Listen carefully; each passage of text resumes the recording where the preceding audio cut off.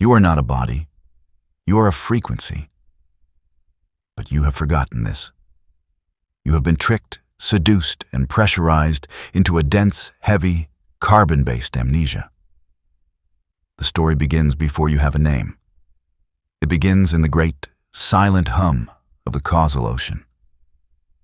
You are drifting in a state of pure, unadulterated gold, not the metal you will later kill and die for, but the living light of consciousness. There is no hunger here. There is no cold. There is no time. There is only the song. Then, the drop. A sudden, violent contraction. The vastness of your being is squeezed, folded, and compressed. It feels like being sucked through a straw. You are falling from the realm of light into the realm of fluids, darkness, and noise. The vibration slows down. It thickens. It congeals. You are born. The air hits your lungs like acid. The lights are too bright, stinging retinas that we're used to seeing without eyes. You scream. It is your first attempt to vibrate the atmosphere, your first attempt to command the ether. But it comes out as a helpless, terrifying wail. A giant face looms over you. A doctor. He holds you by the ankles. You are a god trapped in 5 pounds of fragile meat, and this man is slapping you. Welcome to Earth. Welcome to the marketplace of illusions. For the first few years, you do not really sleep. You hover. You watch the ceiling above your crib, and you see geometry there. You see spinning wheels of indigo and violet light. You reach out your tiny, clumsy hands to grab them, but your fingers pass right through. Your mother comes in. She smells of milk and laundry detergent. You love her, but you also pity her. You look into her eyes, and you see the panic hidden behind her smile. You see her vibration. It is a choppy, jagged waveform of worry. She is worried about money. She is worried about the rent. She is worried about your father. You want to tell her, "Mother, the gold is right here. It is in the air. Just tune it." But you can only gurgle. Your vocal cords are not yet instruments capable of the truth. As you grow, the veil thickens. The spinning lights on the ceiling fade, replaced by plaster and cracks. The memory of the ocean recedes. Pushed back by the sheer volume of sensory data, the world is loud. It is a constant grinding cacophony of metal on metal, voices on voices, desire on desire. You are 6 years old. You are sitting in a classroom. The windows are high and barred. The teacher is a woman with a tight bun and a vibration like a metronome. Tick-tock, tick-tock. She is teaching you about the world. She points to a map. She points to numbers. "This is reality," she says. 2 + 2 = 4. Hard work equals money. Obeying equals safety. You raise your hand. You don't know why. The impulse comes from the base of your spine. "Yes?" she asks. "What about the hum?" you ask. "The what?" "The sound. The sound that makes the room stay together. The humming noise." The class laughs. It is a cruel, sharp sound, like glass breaking. The teacher frowns. "There is no humming, child. Sit down. Stop daydreaming." You sit down. You feel the heat rising in your cheeks. This is your first lesson in the law of the majority. If they cannot hear it, it does not exist. If they cannot spend it, it has no value. You learn to be quiet. You learn to hide the part of you that sees the shimmer in the air. You learn to pretend that you are just a body, just a name, just a future taxpayer. You begin the great act of forgetting. By the time you are 12, the forgetting is almost complete. You are a boy in a dusty town, scuffing your shoes on the pavement. The year is moving towards the chaos of war, though you don't understand the politics. You only feel the tension. The vibration of the planet is dropping. It feels like a headache that never goes away. You watch your father come home from the factory. He is a good man, but he is gray. Not his skin, but his aura. It has been drained. He traded his life force, hour by hour, for small paper rectangles. He puts the paper rectangles on the kitchen table. He and your mother count them. There are never enough. You see the alchemy of the world, and it is a dark alchemy. People turn their blood and time into gold, but the gold offers no freedom. It only buys food to fuel the blood, to work more time. It is a circle, a loop. One night you wake up. The house is silent. The moon is cutting a silver square across your floor. You feel a strange pressure in your chest. It is not pain. It is a longing so intense it feels like hunger, but not for food. You are starving for something you cannot name. You get out of bed and walk to the window. You look up at the stars. The distance terrifies you. But then, for a split second, the distance collapses. You feel, with absolute certainty, that the star is not up there. It is in you, or you are in it. The separation is a lie. Then the dog barks next door. The spell breaks. You are just a boy in a cold room again. Puberty hits you like a freight train. The vibration changes again. It becomes heavy, sticky, driven by hormones and confusion.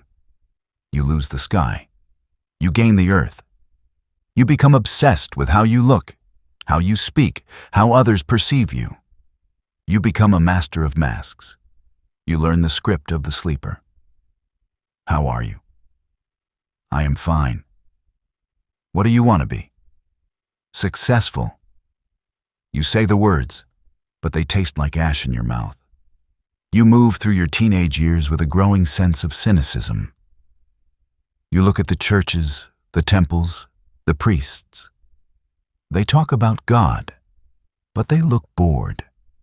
They read from books with cracked spines, reciting words about miracles, but their eyes are scanning the donation plate.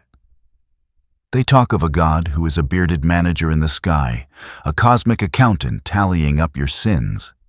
You reject it. You reject the small, petty God of your town. You decide that if this is religion, you want nothing to do with it. You choose logic, you choose science, you choose the tangible. But the tangible betrays you. The year turns. The world explodes into war. You are young, watching the newsreels, watching the horror. The vibration of humanity screams. You feel it in your gut. Millions of minds locked in fear, hatred, and separation. It is 1946. The war is over, technically, but the smoke is still clearing. The world is trying to rebuild itself on the same old foundations: greed, fear, and concrete. You are walking past a used bookstore in a city that smells of rain and coal smoke. You are 20 years old now. You are lost. You are studying engineering, learning how to build bridges, how to calculate load and stress. You are good at it. You understand forces. But you don't understand the force inside you. You stop at the window of the bookstore. It is a chaotic jumble of novels, cookbooks, and manuals. But your eye is drawn to a single spine. It is unassuming. You don't know why you go inside. The bell above the door jingles. A pure, high note. The shop smells of old paper and dust, a smell that is arguably the best perfume in the world. You walk to the shelf. You pick up the book. It was published this year. The ink smells fresh. The title is strange, exotic. It speaks of a yogi. It speaks of an autobiography. You open it. You read the first sentence, then the first paragraph. The floor does not disappear, but it might as well have. The words are not just conveying information. They are conveying a carrier wave. You feel a physical sensation, a tingling at the base of your skull. The author is not writing about God as a theory. He is writing about God as a method.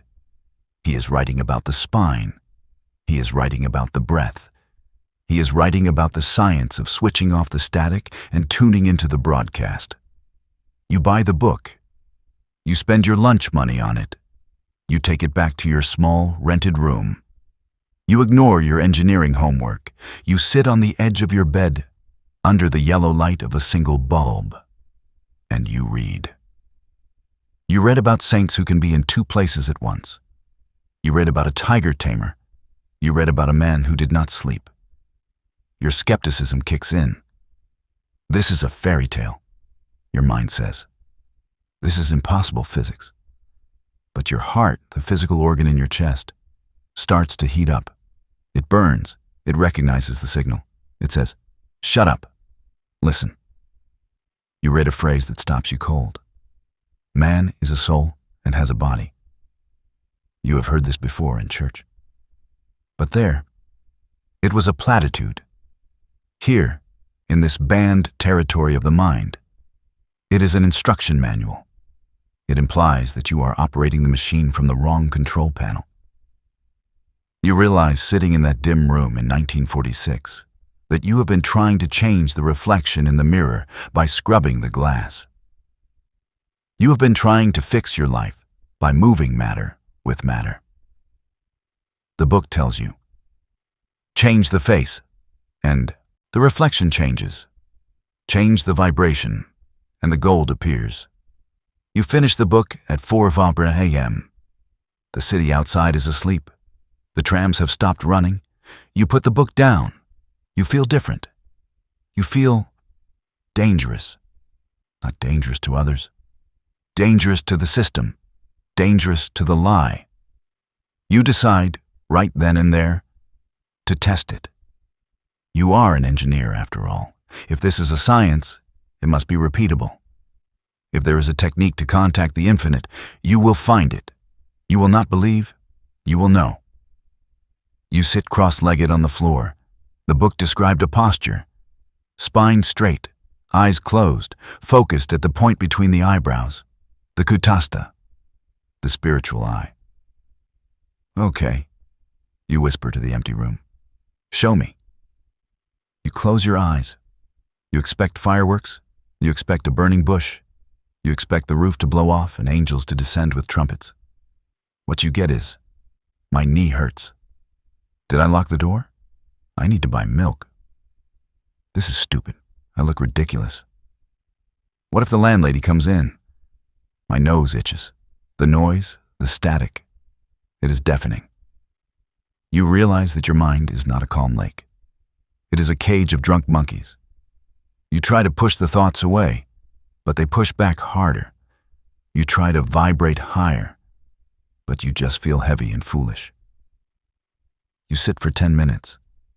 It feels like 10 hours. You open your eyes. The room is the same. The peeling wallpaper is the same. There is no gold. There is no bliss. Disappointment crashes over you. Of course, it was just a book. Just a fantasy for people who can't handle the real world. You stand up, your legs numb. You go to sleep. But that night, you dream. In the dream, you are standing in a field of wheat. But the wheat is not yellow. It is blue. It is made of electric flame. A man stands in the center of the field. He has long hair and eyes that look like deep, dark pools of oil. He is the man from the cover of the book. He does not speak. He simply lifts a hand and strikes a tuning fork. The sound is pure. It is the sound of Om. The sound hits you. It vibrates your teeth. It vibrates your bones. It vibrates the atoms of the air. You watch as the blue wheat rearranges itself into patterns. Mandalas, cathedrals, geometries of impossible beauty. The man smiles. He points at you. You are the tuning fork, he says without moving his lips. The world is the wheat.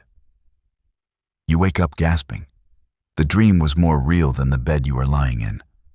The sound, the Om, is still ringing in your ears, fading slowly like a bell in a canyon. You know, with a terrifying clarity that you cannot go back to sleep. You cannot go back to being a gray man, in a gray world. You have the map. Now you need the territory. The next few months are a double life. By day, you are the student, the worker. You walk the streets, you pay for your coffee, you nod at the neighbors. But you are looking at them differently now. You are looking for the glitch. You notice how people speak. They speak of lack. I can't afford that. I'm so tired. I never get a break. It's flu season. I'll probably get sick. You see it now. They are casting spells. They are powerful sorcerers, every one of them. But they are practicing black magic on themselves. They are vibrating the frequency of sick, poor, and tired. And the universe, the great impartial mirror, obediently reflects it back to them as reality. Your wish is my command, says the law. You try to stop doing it. It is harder than quitting smoking. You catch yourself thinking, I hope I don't fail this exam. Stop. Rewind. You remember the book. You remember the principle of mentalism. You sit on a park bench. You close your eyes. You try to conjure the feeling of success. Not the thought of it, but the vibration of it. You try to feel what it would feel like if the exam were already passed, if the degree were already on the wall. It feels fake at first. It feels like lying. Your logical mind screams, it hasn't happened yet. But you persist. You act as if. You summon the emotion. You hold it for 5 seconds, 10 seconds. Then a dog barks. The concentration snaps. You lose it. But for those 10 seconds, you felt light. You felt a strange buoyancy. You walk home. On the pavement, you find a $5 bill. It is a small thing, a coincidence, the skeptic says. But you stare at the paper money. You didn't work for this. You didn't trade time for this. You tuned a frequency, and the symbol of that frequency appeared on your path. A shiver runs down your spine. It works. But you are arrogant. You think you have mastered it. You think, I will visualize $1 million. You sit in your room. You strain. You push. You visualize piles of gold. You visualize a mansion. You do this for an hour, sweating with effort. Nothing happens. A week passes. Nothing happens. In fact, you lose your wallet. You are confused. You are angry. You throw the book across the room. Liar! You shout at the wall. It's a scam. You fall into a depression. The gray world rushes back in. You feel foolish for believing in magic. You go to a bar. You drink. You try to numb the longing. A man sits next to you. He is old, his face mapped with wrinkles, his hands rough. He looks like a laborer, a bricklayer perhaps. You look like you're fighting a war, son, he says. You look at him. I'm fighting reality. You mutter into your drink. And reality is winning. The old man chuckles. It's a dry, rasping sound. Reality is a stubborn mule. If you pull it, it pulls back. If you stand behind it, it kicks you. So, what do? You ask. You lead it, he says. But you don't lead it with a rope. You lead it with a carrot. You don't force the mule. You make the mule want to go where you are going. He finishes his drink and stands up. He puts a hand on your shoulder. His hand is incredibly hot. It feels like a heating pad. You're trying to bend the spoon with your hands, he whispers. Use your mind. But first, you have to realize there is no spoon. He winks, a cliché, but he does it with such gravity that it feels profound. He walks out. You sit there, stunned. Was that a teacher? Was that a random drunk? Or was it the universe speaking to you through a mask? You go home. You pick up the book from the corner where you threw it. You smooth out the bent pages. You apologize to it. You read again. You missed something. Willpower is not enough. The book speaks of surrender into the flow, not conquering it. It speaks of the superconscious. The subconscious is the servant. The conscious mind is the captain, but the superconscious is the ocean. You cannot navigate the ocean if you are fighting the waves. You realize your mistake. You were trying to use the techniques of the spirit to serve the desires of the ego. You wanted the gold to feed the mask. You wanted to be a rich sleeper. You didn't want to wake up. This is the first great gate, the gate of purification. You cannot vibrate at the level of gold if your internal machinery is clogged with the sludge of selfishness. The frequency doesn't match. So you begin the work, the real work. You stop trying to manifest money. You start trying to manifest silence. You wake up at 5 a.m. The world is dark. The air is cold. You sit. You breathe. Inhale. I am not the body. Exhale. I am not the mind. Day 1, chaos. Day 7, boredom. Day 20, pain in the knees. Day 30, a flicker. It happens on a Tuesday. You are sitting. The noise of the mind suddenly drops. It doesn't stop, but it recedes into the background, like a radio turned down low. In the foreground, a silence expands. It is not an empty silence. It is a pregnant silence. It hums. It is the same hum you heard when you were a baby in the crib. You focus on the hum.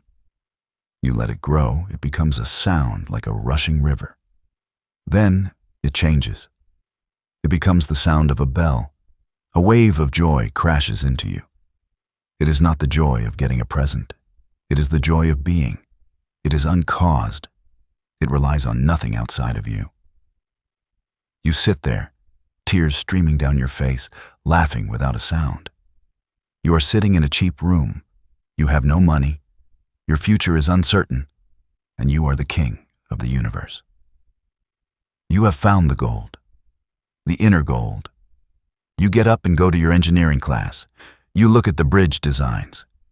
You understand them instantly. You see the stress lines before you calculate them. Your mind is sharp, clear, polished. You talk to people. You don't try to impress them. You just listen. You vibrate presence. People start to gravitate toward you. They don't know why. They just feel good when they stand near you. You've changed, your mother tells you when you visit. You look lighter. I am lighter, Ma, you say.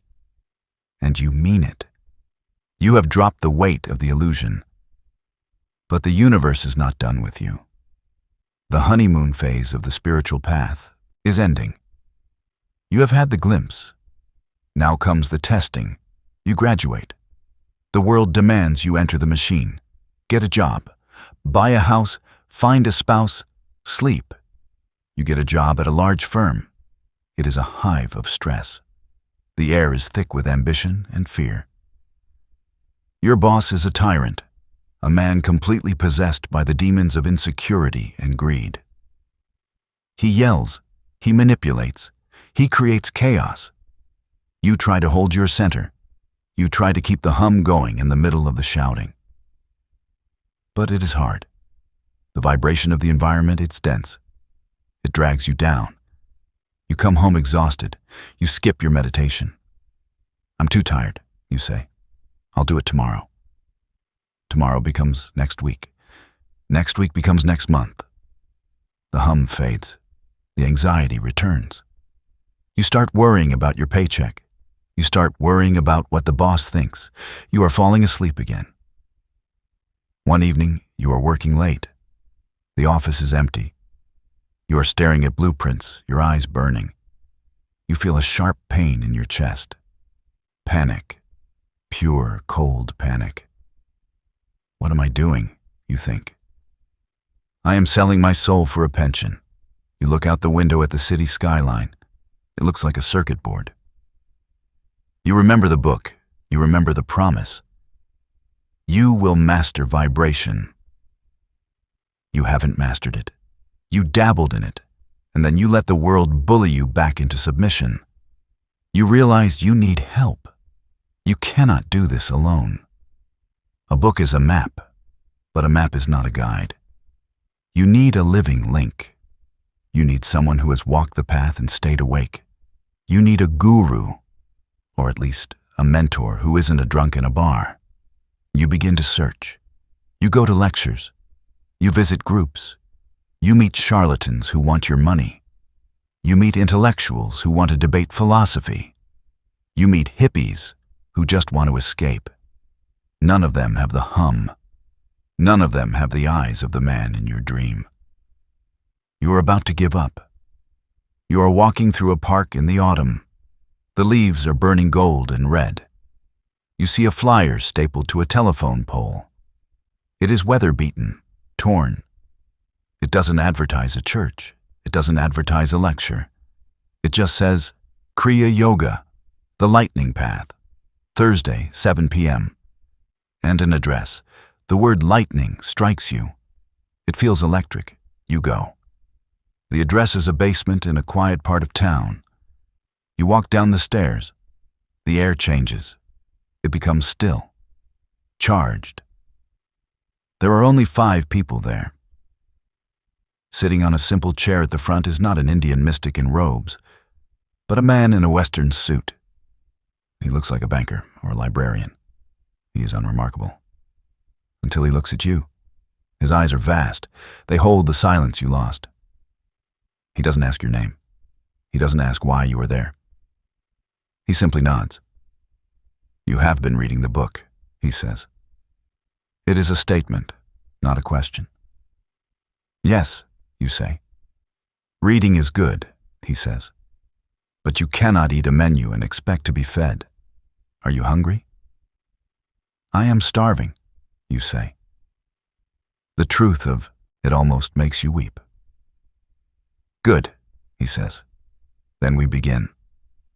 He tells you to sit. He tells you to close your eyes. The spine, he says, is the highway to the infinite. But your highway is blocked with rocks. We are going to dynamite the rocks. He teaches you a breath. It is specific. It is rhythmic. It is not just breathing air. It is breathing energy. Prana. You do it. 1 breath, 2 breaths. It is physically difficult. Your mind rebels. This is boring. This is weird. Ignore the mind, the man says, his voice cutting through your thoughts like a laser. The mind is the public relations officer for the ego. Fire him. You keep breathing. Suddenly, a sensation shoots up your spine. It feels like hot mercury. It rushes from your tailbone to your neck. Your head snaps back. A burst of white light explodes behind your eyelids. For a second, you are not in the basement. You are not in the city. You are everywhere. You are the atoms in the chair. You are the breath of the person next to you. You are the silence between the stars. It lasts for a heartbeat. Then you crash back down into your body. You open your eyes, gasping. The man in the suit is smiling. That, he says, was the first step. You just put the key in the ignition. Now, you have to learn to drive. You leave the basement. The city looks different again. The streetlights are not just bulbs. They are captured stars. The concrete is vibrating. You understand now. The banned book wasn't banned by the government. It was banned by your own limitation.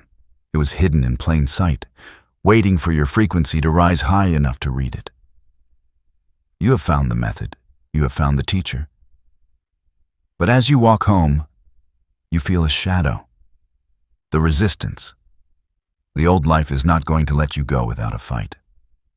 The gold of the world, the career, the status, the comfort, is going to try to bribe you back to sleep. And the gold of the spirit is demanding everything you have. You stand at the crossroads. To your left, the comfortable, numb sleep of the millions. To your right, the razor's edge of awakening. You take a breath. You feel the current in your spine. You turn right. You are about to find out that mastering vibration is not just about feeling good. It is about dismantling the reality you thought was real, brick by brick, and rebuilding it with light. And the demolition has just begun. The demolition is not a wrecking ball. It is a slow, silent erosion. It is the sound of your alarm clock at 4:30 a.m. The world outside is pitch black. The heating in your apartment clanks and hisses. Your body is a heavy, warm sack of resistance that wants nothing more than to stay under the quilt in the soft oblivion of sleep. The logic of the body is persuasive. Just one more hour. You need rest to work. This is unnatural. But you are not a body. You are a frequency. And the frequency must be tuned before the broadcast begins. You throw the covers off. The cold air is a slap. Good. You need the slap. You sit on your cushion. You cross your legs. You straighten the spine, the antenna. You begin the breath. For the first 20 minutes, it is a war. Your mind is replay of yesterday's arguments and a preview of today's anxieties. The rent is due.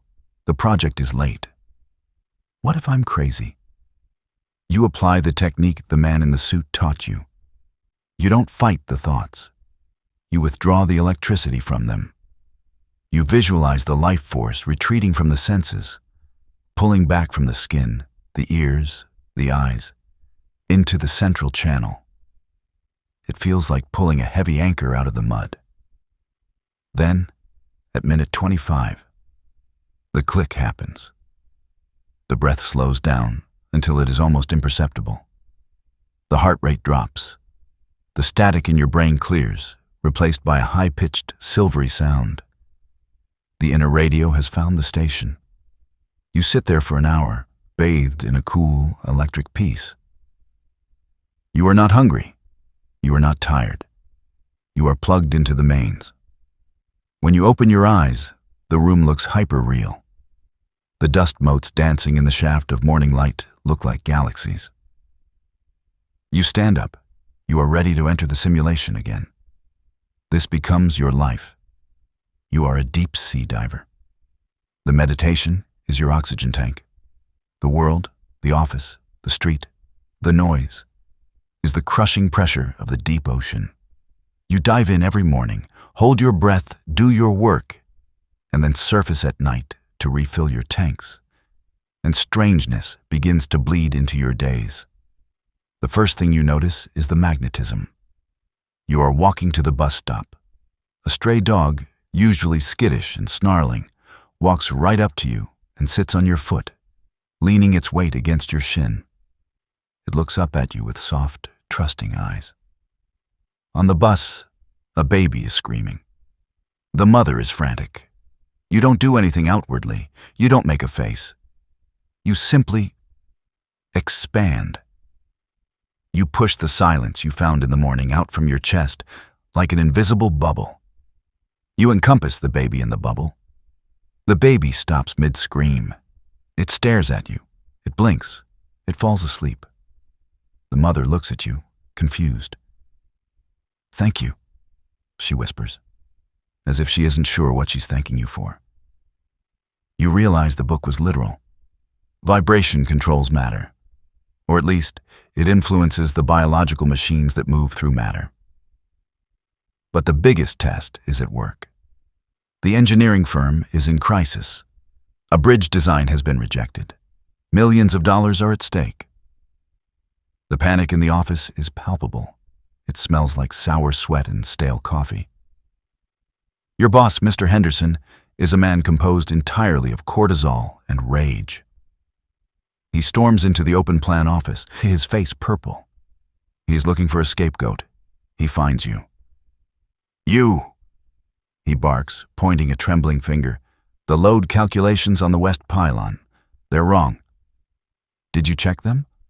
Or were you too busy staring into space?" He is screaming. The whole office goes silent. People look down at their desks, terrified of catching the predator's eye. In the old days, the days of the sleeper, you would have shrunk. Your heart would have hammered. You would have stammered excuses. You would have absorbed his red, spiked vibration and amplified it with your own fear. But you are not that person anymore. You feel the aggression hitting you like a physical wave. But instead of letting it hit your ego, you drop your awareness into your spine. You anchor yourself in the cool, detached current you cultivated this morning. You look at him. You don't glare. You don't cringe. You just look. You see a frightened little boy in a grown man's suit, terrified of losing his status. You feel a sudden, strange compassion for him. "Mr. Henderson," you say. Your voice is quiet, but it carries a resonance that cuts through the room. It creates a vacuum of silence. The calculations are correct. I checked them 3 times. The issue is not the load. It's the soil density data we received from the surveyors. You hold his gaze. You don't blink. You are vibrating at a level of absolute certainty. Mr. Henderson opens his mouth to yell again, but the sound dies in his throat. He looks confused. He is expecting resistance, fear, defense. He is expecting to feed on your reaction. But there is no reaction. There is only a smooth, mirror-like surface reflecting his own chaos back at him. He deflates. The purple fades from his face. He clears his throat, adjusts his tie.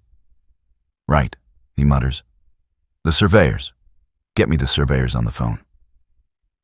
He walks away. The office exhales. Your colleague, a nervous man named Miller, leans over. "How did you do that?" Miller whispers. "I thought he was going to kill you." "I just didn't accept the gift," you say. Miller looks at you blankly. He doesn't understand that emotions are packages. If you don't sign for them, they return to the sender. But this new power comes with a new danger. You start to get cocky. You think, "I have cracked the code. I am superior to these sleepwalkers." You walk around with a secret smirk. You judge the people in the cafeteria eating their greasy food and talking about sports. You think, "I am a yogi. I am an engineer of the soul." The universe, having a boundless sense of humor and a strict policy against spiritual pride, decides to humble you. You lose your job. It isn't Mr. Henderson. It is a corporate merger, a faceless decision made in a boardroom 3,000 miles away. Half the staff is let go. You are on the list. You stand on the sidewalk with your box of personal items, a stapler, a mug, a photo of your parents. It is raining. The fear comes rushing back. The gold hasn't appeared. The mastery feels like a joke. You have no savings. You have rent. You go to the basement that Thursday. You sit in the chair. The man in the suit enters. He looks at you. He doesn't offer sympathy. "So," he says, "the scaffolding has been removed." "I lost my job," you say, your voice tight. "I did everything right. I meditated, I held the vibration, and I got fired." "You were using the vibration to keep your cage comfortable," he says. "You were using the teachings to be a better employee in a prison. The soul doesn't want you to be a comfortable prisoner. It wants you to be free." "I can't pay my rent with freedom," you snap. "Can't you?" He smiles. It is a terrifying smile. Now is the real exam. When the paycheck stops, does the faith stop? If your peace depends on your bank balance, it is not peace. It is just sedation. He leans forward. "You want the gold? Then stop chasing the paper. Pursue the solution. The universe pays for solutions, not for time." You go home angry. But the anger burns off into clarity. You have a lot of free time now. You stop looking for jobs. Instead, you go into the silence. You ask a question to the void. What do I have to give? You sit with this question for 3 days. You fast. You breathe. You scour the inner library. On the fourth day, you are looking at your old engineering schematics, the ones from the bridge project. You look at the problem that caused all the trouble, the soil density instability. Suddenly, you see it. You don't see it with your calculating mind. You see it as a geometry, a shape. If the pylon structure was inverted, if the stress was distributed in a spiral rather than a grid. It is a radical idea. It goes against the textbooks.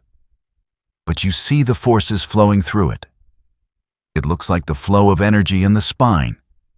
It looks like the anatomy of a chakra system applied to steel and concrete. You start drawing. Your hand moves faster than your thought. You work for 18 hours straight. You forget to eat. You are in the flow state, the zone where the dancer becomes the dance. You finish the blueprint at dawn. It is beautiful. It is elegant. It is impossible. You take a risk. You don't call the firm that fired you. You call a competitor. You manage to get a meeting with the chief engineer. You have nothing to lose. You walk into the meeting. You are wearing your only good suit, which is slightly frayed at the cuffs. You have $40 in your bank account, but you are vibrating at the frequency of the solution. You are not there to get a job. You are there to give an answer. You unroll the blueprint. The chief engineer looks at it. He frowns. He adjusts his glasses. He looks at you. He looks back at the drawing. This, he starts. This shouldn't work. But it does, you say. Run the numbers. He calls in 2 other engineers. They argue, they calculate, they get excited. They start pointing and nodding. You sit there, perfectly still. You are breathing into your belly. You are watching the scene like a movie. You know, with absolute detachment, that the outcome is already decided. This saves us 40% on materials, the chief engineer says, looking at you with something like awe. And it doubles the stability ratings. Where did you study this? I studied the structure of the spine, you say. They laugh, thinking it is a metaphor. You smile. They offer you a contract. It is not a salary. It is a consultancy fee. It is more money than you made in 2 years at the old job. You walk out of the building. The sun is shining. The concrete pavement sparkles. The gold will appear. It appeared not because you begged for it. It appeared because you tuned yourself to the frequency of creativity, which is the frequency of the Creator. You became a conduit for an idea that wanted to be born. You deposit the check. You pay your rent. You buy a better cushion for your meditation. But something shifts in you. The money is nice. The relief is palpable. But the high you get from the money pales in comparison to the high you got from the creation. You realize that wealth is not the paper in your pocket. Wealth is the access to the stream of intelligence that flows through you. The paper is just the echo. You return to the basement. You want to tell the man in the suit that he was right, but he is not there. The room is empty. There is a note on the chair. Class is over. The teacher is within. Go deeper. You feel a pang of abandonment. You wanted the daddy figure. You wanted the approval. But you understand. He is kicking the bird out of the nest. You are alone now. But you are not alone. You have the method. You have the proof. The years begin to speed up. You become successful. Not just comfortable, influential. Your designs change the industry. You build structures that are lighter, stronger, more harmonious. You are known as the engineer who sees around corners. People ask for your secret. You tell them, focus. They nod and buy books on time management. They don't understand that by focus, you mean pratyahara, the withdrawal of senses, the death of the outer world to give birth to the inner. But as your outer life expands, your inner life faces a new, more subtle enemy. Comfort. It is easy to pray when you are in the foxhole. It is easy to meditate when you are broke and desperate. It is very, very hard to meditate when you are rich, respected, and full. The urgency fades. The razor's edge dulls. You start skipping the morning practice again. I'll just do 20 minutes, you say. Then 10. Then 5.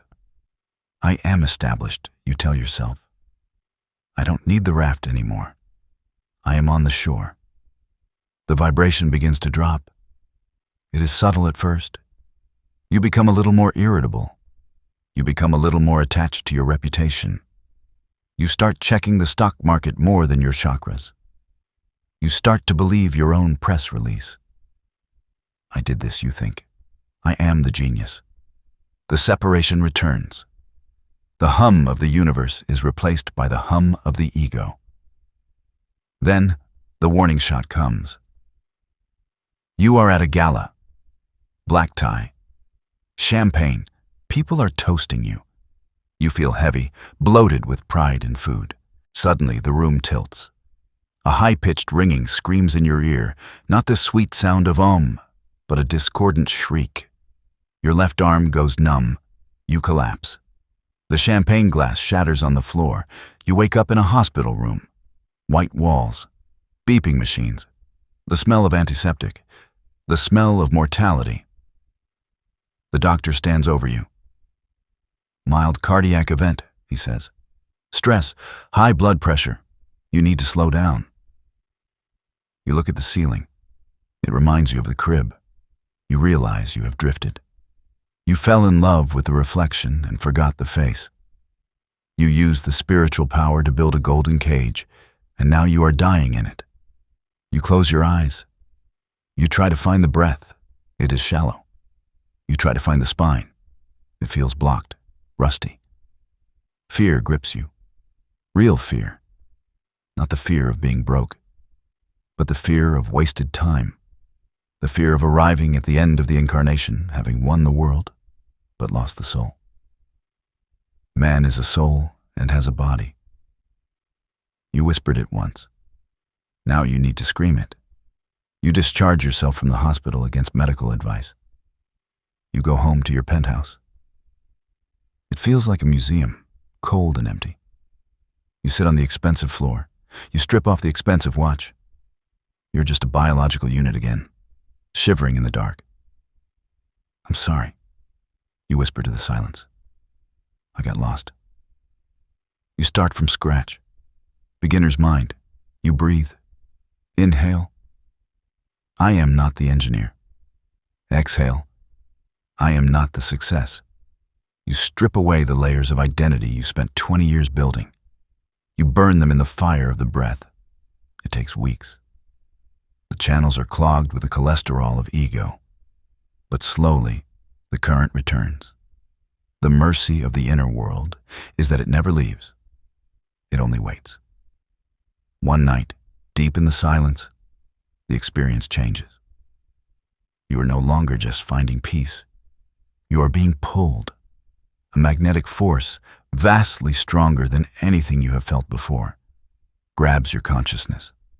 It pulls you up, through the spine, through the brain, and out the top of the head. Pop, you are gone. There is no body. There is no room. There is no you. There is only a boundless, living field of light. It is gold. It is liquid. It is conscious. And it is laughing. It is a laughter of pure delight, of infinite play. You realize that the you were worried about, the engineer, the seeker, the failure, the success, was just a character in a dream. You are the dreamer. You float in this ocean of gold for an eternity. It might be a minute. It might be a millennium. You understand everything? You understand why the war happened. You understand why you suffered. It was all friction to create the spark. Then, you are gently lowered back into the dense, heavy meat suit. You open your eyes. You are back in the penthouse. But the room is not empty anymore.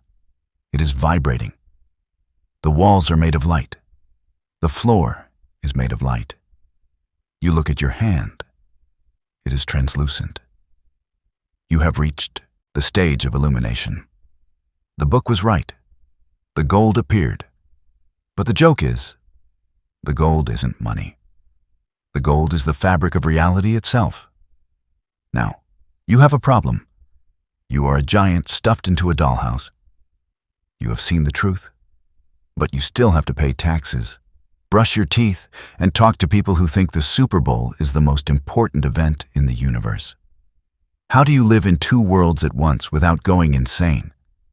How do you hold the frequency of a god while living the life of a mortal? This is the final test. The test of integration. The test of the avatar. You stand up. You walk to the window. The city lights are sprawling below you. Before, they looked like a circuit board. Now, they look like a nervous system. A suffering, confused, beautiful nervous system. You feel a pull in your chest. It is not ambition. It is not fear. It is love. Not the sentiment of a Valentine card, but a fierce, burning will to serve, to wake the others up, to show them that they are not drowning, that they can breathe underwater. You place your hand on the glass.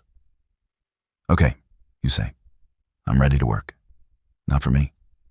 For them. The phone rings. You stare at it. You know, before you pick it up, that this call is the beginning of the end of your normal life. The anonymity is over. You have lit the beacon, and the moths are coming. You pick up the phone. Hello? The voice on the other end is young. It trembles with a mix of terror and audacity. Hi. I found your name on the blueprints, the voice says. The spiral bridge. I'm a student. I was looking at the geometry and I felt something. You smile. You know exactly what he felt. He didn't feel the math. He felt the consciousness embedded in the math. He felt the residual vibration of the state you were in when you drew the lines. What do you want? You ask. I want to know how you did it, he says. Not the engineering, the other thing. The thing that makes the bridge feel like it's singing. You pause. You look at the city lights. You look at your translucent hand. Come over, you say. Bring a spine. Leave your opinions at the door. This is how the third phase begins. Not with a megaphone, but with a whisper. You do not start a religion. You do not buy robes. You do not rent a stadium. You simply keep the door unlocked. They come in ones and twos. The seekers, the misfits, the burnt-out executives, the artists who have run out of colors, the scientists who have hit the wall of materialism and found it hollow. They sit in your living room. You sit in your chair. You look at them, and you see the tragedy of the human condition. You see gods playing beggars. You see nuclear reactors trying to power themselves with AA batteries. You teach them the technology. Stop asking for things, you tell a weeping woman who just lost her husband. The universe is not a vending machine. It is a mirror. If you scream, I am lonely, into a canyon, the canyon screams, lonely, back at you. You must vibrate the frequency of wholeness, even while you are broken. How? She asks. By finding the part of you that cannot be broken, you say. The clear light. The witness. You teach them the breath. You teach them to reverse the current. You watch them struggle. You realize that being a teacher is infinitely harder than being a student. As a student, you only had to fight your own demons. As a teacher, you have to fight theirs too. You watch them make the same mistakes you made. You watch them get high on the energy and think they are Jesus. You watch them use their newfound focus to make money and forget the soul. You watch them fall asleep, wake up, and fall asleep again. It is exhausting. It is repetitive. It is the most important work in the world. Years pass. The era changes. The cars get sleeker, the phones get smarter, the attention spans get shorter. The world becomes a digital hallucination. People walk down the street staring into glowing rectangles, voluntarily plugging themselves into a matrix of anxiety and dopamine. The vibration of the planet becomes frantic. It is a high-pitched, nervous buzz. You are an anchor in the storm. You are an old man now. Your hair is white. Your skin is thin like parchment. The body, the faithful donkey that has carried you for 7 decades, is getting tired. The knees creak. The heart flutters. But your eyes are burning with a fire that terrifies your doctor. Your blood pressure is chaotic, the doctor says, looking at his charts. You should be bedridden. How are you walking around? I am not powered by the pump, you say. I am powered by the battery. He writes a prescription you will never fill. You start to withdraw from the world of commerce completely. You stop consulting. You sell the penthouse. You move to a small house near the ocean. The sound of the waves matches the sound in your head. Om. You are preparing for the final project, the ultimate engineering feat, death. Most people view death as a failure of the system, a crash, a tragedy. You view it as a controlled demolition. It is the moment you finally scrap the heavy machinery and upload the software to the cloud. But you cannot just die. You have to leave. There is a difference. You spend your days refining the exit strategy. You practice the Mahamudra. You practice the conscious withdrawal of the life force from the nerve endings. You sit in your garden. A hummingbird hovers in front of a hibiscus flower. You watch it. You merge with it. For 10 minutes, you are not the old man in the wicker chair. You are the frantic, joyful beat of the wings. You are the nectar. You are the sun warming the feathers. You return to your body.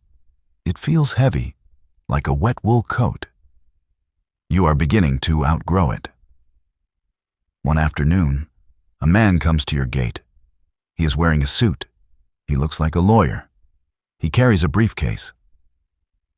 Sir, he says, I represent a consortium. We want to buy the rights to your bridge designs. We want to use your principles to build a new network of smart cities.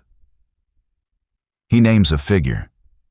It is a staggering amount of money, enough to buy a small country. You look at the check. You look at the ocean. You remember the hungry boy in 1946 who just wanted a warm coat. You remember the engineer who wanted respect.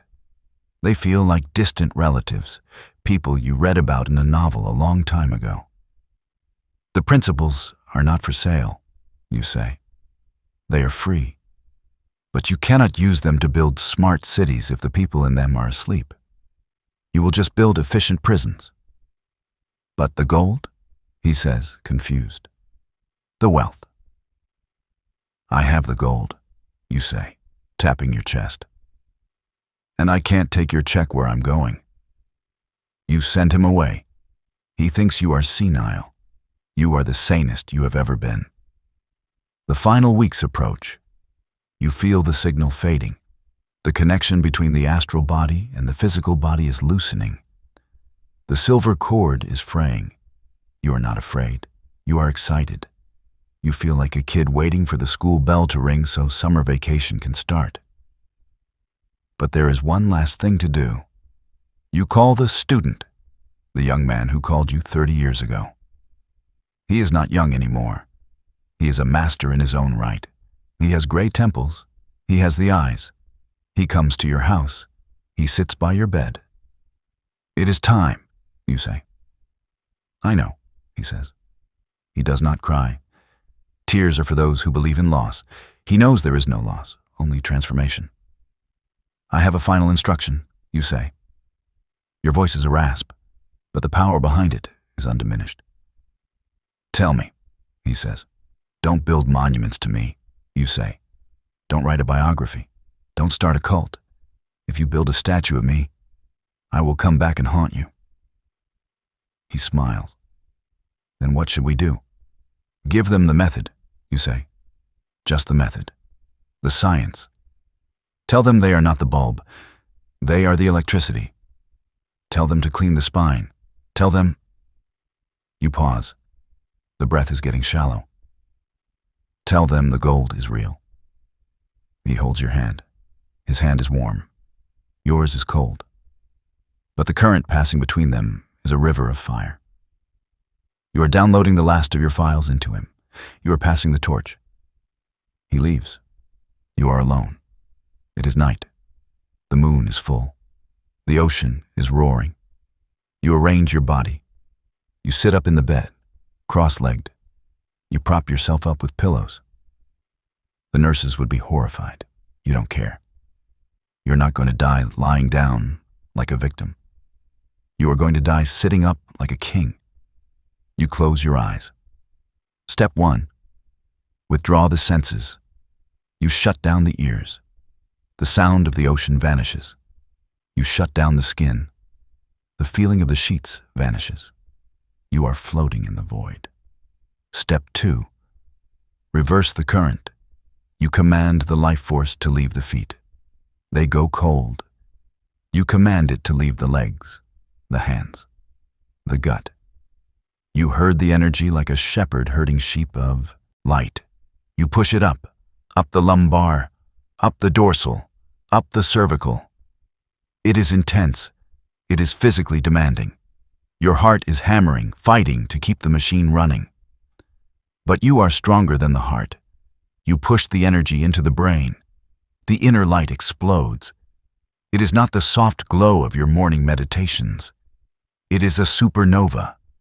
It is the light of 1,000 suns. The banned book spoke of this.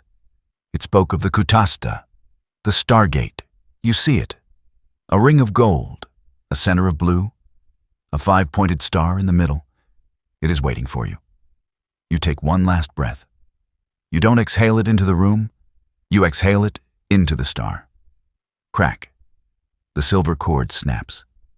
The body falls back onto the pillows. It is just meat now.